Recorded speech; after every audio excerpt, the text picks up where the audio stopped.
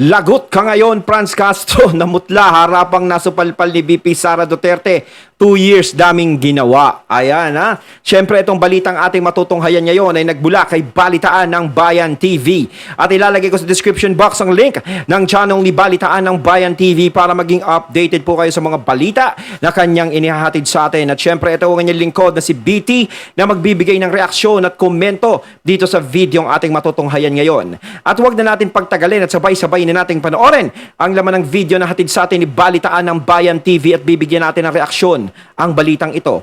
Pasok! Balitaan ng Bayan TV. Sobrang kapal na mga mukha nila. Kasi feel nila na yung mga Franz Castro na yan, feel nila na sila lang ang merong nagawa bilang ano yan, representative sa ACT teacher. Yung ACT teacher merong bang nagawa sa mga guro? No. 2 years lang si VP Sara pero marami na siyang accomplishment bilang DepEd Secretary. Nako. Alam niyo kabibig, eto ha. Hoy, si Kabibig to, itong boses na to. Kabibig! Meron naman silang napatunayan. Alam mo kung ano? Alam nyo ba mga katunay kung ano? Napatunayan nila na kaya nilang bumatikos ng bumatikos araw-araw. Yun yung lagi natin nakikita sa kanila. Kayang-kaya nila na isiping mali ang yung ginagawa kahit tama. Ang dami nila. Basahin ko, ang dami pala. Oy, dito, nako, sinulat ni Harry Roque lahat ng accomplishment Ayan. ni VP Sara Duterte as DepEd Secretary. Malolola yung mga mata nyo, mga bashers. Kayo. Ayan, Kayong pakinggan mga natin. tutok dyan. Oh. Sisiga yung mga mata nyo. Alam Ayan. nyo ba kung ano ang Ano yun, accomplishment Kabibig? ni VP Sara Duterte? Eto na, tropang Dabawenya. Remember, pag mainit ang ulo, nakakawala logic yan. Logic versus emotions, always choose logic. Learn to breathe in and out, then think again. Tama. Eto na ha, ipapakalat ninyo kabibig. Ipapakalat nyo itong mga achievements ni VP Sara Duterte. Yan. Kasi pinakakalat ng mga Bongbong Marcos vloggers na walang ginawa si VP Sara Duterte. Pinapakalat na mga pinklawan na mga dilawan na walang ginawa si VP Sara Duterte. Hey, baka bulag lang kayo, oy, sabi sa'yo, tingnan din, nagpabuta-buta, bungol mo lang, kasi ayaw niyong masupalpal sa mga ginagawa ni VP Sara. Kasi nahihiya kayo sa sarili nyo, kasi umupo kayo sa gobyerno, pinasahuran kayo ng tax ng sambayan ng Pilipino, pero wala kayong ginawa, kundi puro upo na lang. O, heto na ha, i-share ko sa inyo mga kabig. O, ito na. Accomplishment of VP Duterte as DepEd Secretary. I-share nyo to. Unang-una, matatag curriculum. Ayan. Pangalawa, Catch Up Friday. Pangatlo, overtime pay for teachers. Pang-apat, removal of admin task for teachers. Next, 30-day straight break without work for teachers. Yun ha. Kita nyo naman, yan pa lang ang dami nang nagawa. At talagang pumapabor talaga sa mga, nandiyan dyan, di ba, sa mga teacher. Di ba? Ay tama naman na bigyan natin ng pabor yung mga teacher. Gaya ng ginawa yung 30, lalo na yung 30 break, alam mo yun, yung overtime, meron gano'n. Tsaka yung 30 days na pagpapahinga ng teacher. Siyempre, 1 year silang nagtuturo sa mga anak natin, sa mga estudyante. Kailangan naman ng mga teachers natin na makapag-unwind, makapagpahinga. Di ba sa trabaho nila? Napakaganda nung ganun. Para pagbalik nila uli sa trabaho nila is fresh uli sila. Tama yung ginawa ni VP Sara. Kaya ba ng iba yon? May nakaisip pa nun. Di ba wala? Si VP Sara lang. Yan pa lang yun, ha? Tingnan nyo. Additional teachers allowance. Wow. Ano yan? Additional teachers allowance. May nakagawa na ba nun? Meron na ba? Sabihin nyo kung meron, ha? Comment lang sa comment box. Mukha si VP Sara lang yun, ha? Health insurance. You know, health insurance for teachers and personal accident insurance. Ano yan? Hindi ito accomplishment? Pansarap program. O, ano yan? Yang mga accomplishment na ginawa ni VP Sara sa DepEd, yan ba kayang gawin ng gusto nyong ipalit kay VP Sara? Oh, yan ba itutuloy niya? Ay, kung itutuloy niya yan, eh di maganda. Pero kung hindi niya itutuloy, eh di wow. Kaya nga sinasabi ko, huwag kayong basta pasok ng kung sino-sino lang. Diba, ayan na nga si VP Sara eh. Ang ganda na ng ginagawa niya sa DepEd eh. Hindi na siya nagreklamo, kinuha niya yung position sa DepEd kahit na hindi yun ang porte niya. Kahit iba ang gusto niya. Hindi natin siya nakita na nagsalita kay PBBM na, bakit mo ko ilalagay dyan? Eh hindi ko naman porte yan. Ay kung ilalagay mo ko dyan, eh di, wala na, ayoko na. Hindi siya gumanon. Hindi niya kinontra sa PBBM. Hindi siya nag-inarte. Bagkus, tinanggap niya yan. At pinanindigan niya. Kahit wala siyang sapat na kaalaman dyan. Kahit eksperyensya, wala pa. Ginawa niya yung trabaho niya ng maayos. Binigay niya ng maayos. Tapos, nagkaroon siya ng mga kritiko sa ganyan. Binabatikos yung ginagawa niya. Wala siyang ginagawa. Eh yung mga lantaran ng walang ginagawa, hindi nyo binabatikos eh. Kung sino yung may ginagawa, yun ang binabatikos nyo. Bumaliktad na ba yung mundo ngayon?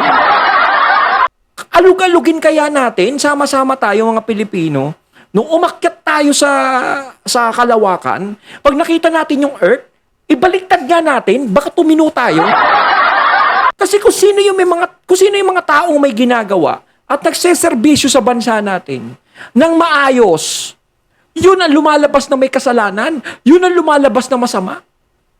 Pero yung gumagawa ng kalokohan, kakurakutan, kawalangyaan, walang ginagawa, paupo-upo lang, nagpapalaki lang ng what? Wala, hindi nyo pinapansin. Diba? Kaya ang hirap eh, yung maglulukluk ka, tapos yung mailulukluk mo is matino. Diba? Kawawa naman eh. Lalabas siyang mali eh. Pero ang daming naluklok na walang ginagawa. Tingnan mo nakatapos ng termino nang walang problema. Tapos yung may mga ginagawa, ang dami nilang ginagawang problema. Ang dami nilang pinapatong na problema doon. Nagiging masama yun. Kasi dahil, para hindi bumango yung pangalan sa mga tao, dahil alam nyo, sa sarili nyo, na kapag maganda ang pinapakita ng isang tao, lalong bumabango ang pangalan niya sa mga tao. Baka kahit pinakamataas na posisyon, pagiging presidenteng kunin niya, is iboto siya ng mga tao. Maraming natatakot sa ganun. Lalo na yung mga naghahangad ng kapangyarihan. Ngayon, paano uunlad ang bansa natin kung ang lahat ng mga politiko na may tamang ginagawa is kinokontra nyo? Ginagawa nyong masama. Anong gusto nyo? Yung politikong matino maging masama? Gumawa ng kawalangyaan sa mga Pilipino? Diba? Hatakan pataas, hindi hatakan pababa. Yung mga sanay na sa baba, bahala na kayo sa buhay nyo dyan. Huwag na kayo mandamay. Diba? Yung mga taong bayan ng kawawa dito, hindi kayo. Diba? Hindi kayo kawawa, yung mga taong bayan. Oh, sino nagsasuffer sa mga ginagawa nyo? Kapag may niluluklok kayong maling tao, sino? Kayo ba? Hindi. Hindi kayo nagsasuffer. Pinapakinabangan nyo yan eh. Paano naman kaming mga maliliit? Paano naman yung mga taong bayan? Diba? Kami yung nagsasuffer sa nangyayari. Kung nagtaas ba ang bilihin ngayon? Kung nagtataas ang bilihin, kayo, hindi kayo apektado. May pera kayo eh. Paano naman yung maliliit? Lalo na yung pinakamaliit pa ng mga mamamayan. Apektado sa mga nangyayari ngayon. Diba? Hindi nyo kasi, wala kayong attachment sa mga tao eh. Hindi nyo nararamdaman kung ano yung hinaing ng mga tao. Yung mga politikong ganyan, yung mga matitinong politiko, nagkakaroon sila ng attachment sa mga tao kaya nararamdaman nila yung paghihirap at pangangailangan ng mga tao. Pero kung kayo, nararamdaman nyo ang pangangailangan ng mga tao, hindi kayo makakapag-isip ng ganyan. At lahat ng magandang ginagawa ng politikong gumagawa ng maganda na yon is tama sa inyo. 'Di ba? Pero kung wala kayong pakialam sa mga tao, lahat ng gawin ng politikong yun na tama, mali. Last Mile Schools Program. Oh, ang dami pala. Built 3,637 classrooms in 2023. Oh, 2 years pa lang yan, ha? Meron ng 3,637 classroom. Mantakin mo, ang tagal pa. Matagal pa yun. Sana, no? Insured school building. Ilan ba ang na-insured na school buildings ni Sara Duterte? 132,000 public school buildings were given fire insurance to strengthen country's educational infrastructure resilience. Ito pa. Repaired, repaired. Ilan ba ni-repaired? 4,542 schools nationwide. Nakapagtayo ng 3,637 classroom at nakapag-repair ng 4,000. Ano yung nandito ni BP Sara? Tanong lang mga katunay, ha? O, walang sasagot ng balagbag dito, ha? Baka yung mga galit kay BP Sara dyan, ha? Hindi kayo tinatanong ko, ha? Baka mamaya umepal kayo. Ang tinatanong ko dito, yung mga katunay natin na patas lang. 'Di ba? Yung mga magagandang sumagot. Ano yung nandito ni BP Sara? Parang, di ba? 542 schools nationwide. Given 4,067 e-learning cards. Sunod, free Wi-Fi for public schools. Kita nyo naman, nabigyan ng pansin lahat ng public school na dapat lang talaga. Kasi kung tutuusin, yung public school talaga, malaki ang naitutulong niyan sa lahat ng mga estudyante para magkaroon ng edukasyon. Kasi yan ang tumatanggap talaga syempre sa mga kababayan natin, lalong-lalo na syempre yung may mga walang sapat na pagpapaaral sa kanilang mga anak. Yan ang dapat binibigyan talaga ng pansin. No, sayang at nawala si VP Sara sa DepEd. No, marami pa sanang pwedeng mangyari. Lalong-lalo na syempre kung ang isang taong nakaluklok doon o namamahala doon, may puso para sa mga kababayan natin. Yung may puso para sa mga mahihirap. Yun ang kailangan 'Di ba? Bilang DepEd din. Sayang. 2 years lang yan, ha? 2 years lang yan. Isupalpal nyo sa mga taong walang sasabing walang siyang nagawa. Sunod, centralized reporting system. Ano yan? National Learning Camp. Grabe. E-learning implementation. High school, senior high school program review. Tree planting program. 'Di ba? Ilan ba ito? Wow. Ang dami, mga kabibig. For 2 years, For 2 years, ang dami niyang na-achieve. O sasabihin na naman ng iba yan, nako, wala naman yan, di naman ako. Alam na namin yan, ang mga taong galit sa isang tao, walang tamang sasabihin yan. Diba? Pero kahit sabihin nyo, ang dami pa lang yan nagawa, no? Hindi, galit ako dyan, ayoko. ito ang nagawa ni VP Sara. Ganun lang yung sasabihin nila kapag galit ka, kahit alam mo sa isip mo na maraming tamang nagawa si VP Sara.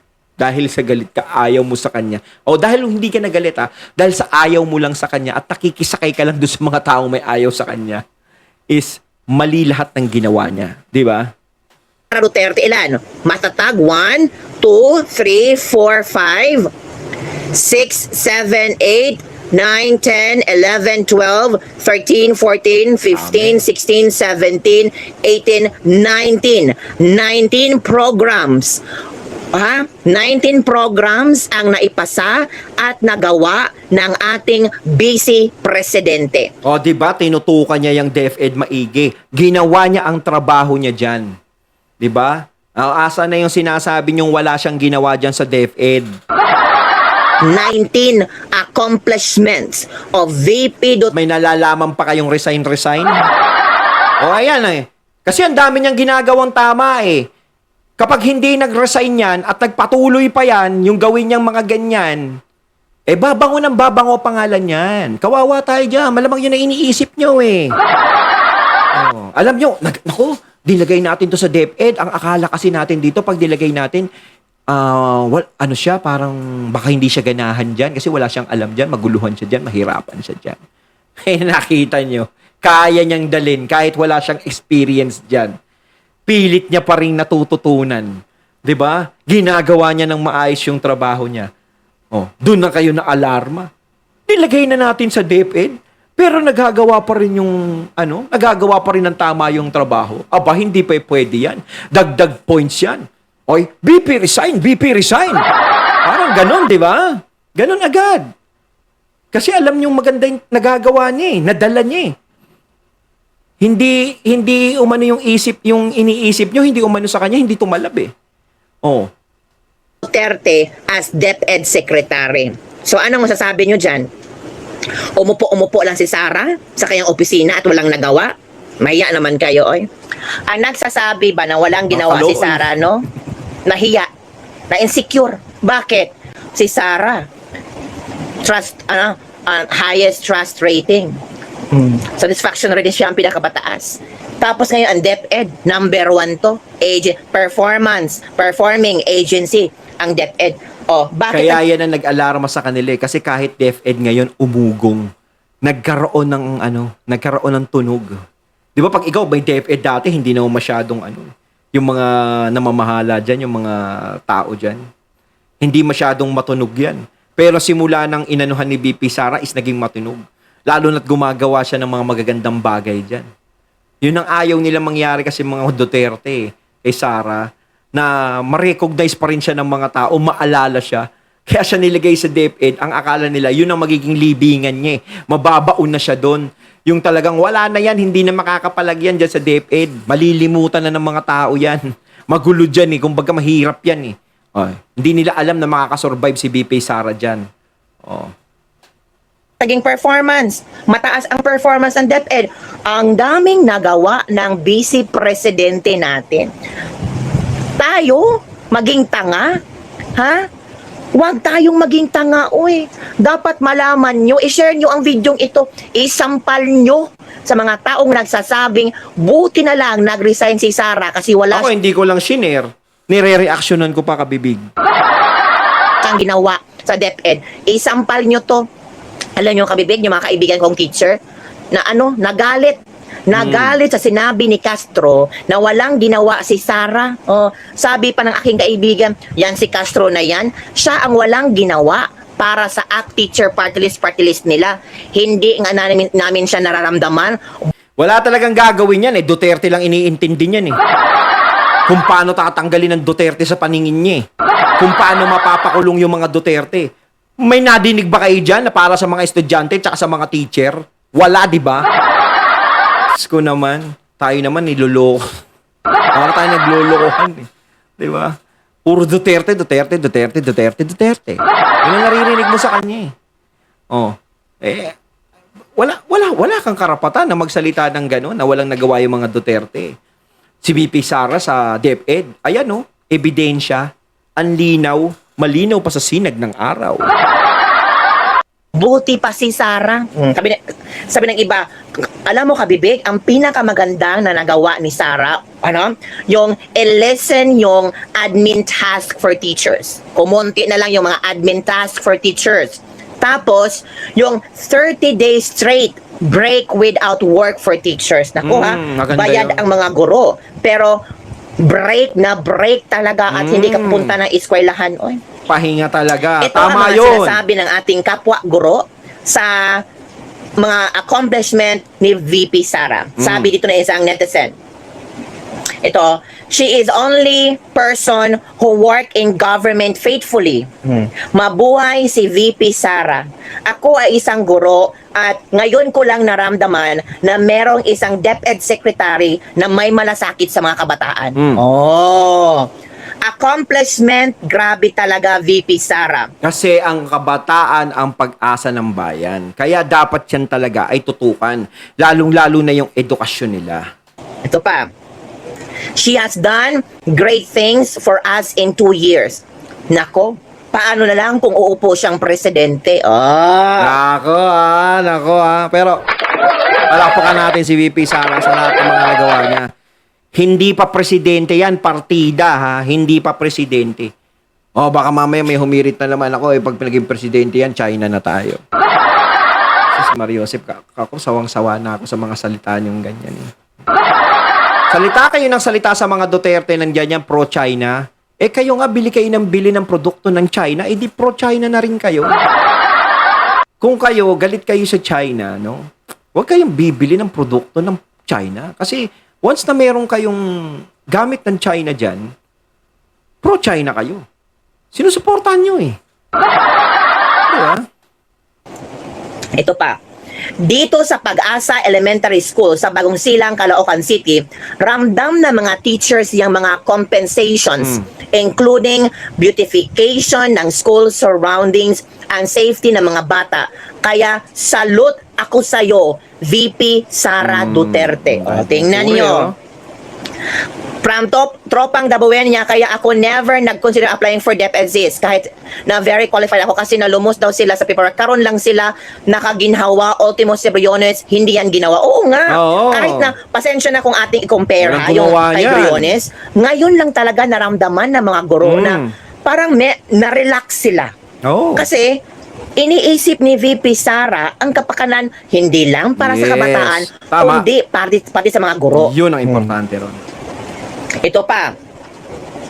Nabibigyan ng And importansya. I am a teacher and I'm very grateful and my colleagues in Department of Education for our beloved and most respected Her Excellency Vice President and DepEd Sara Duterte. Salamat po, Ma'am Sara. Sana hindi ka na aalis pero wala kaming magagawa. Kaming mga teachers ay umiiyak nang nalaman namin na aalis ka. Ayon, at ating natunghayan ng video na nagbula kay Balitaan ng Bayan TV at syempre natunghayan natin ang boses na yon, no, mula kay Kabibig, no, sa nakakapanghinayang na nawala na si VP Sara sa DepEd.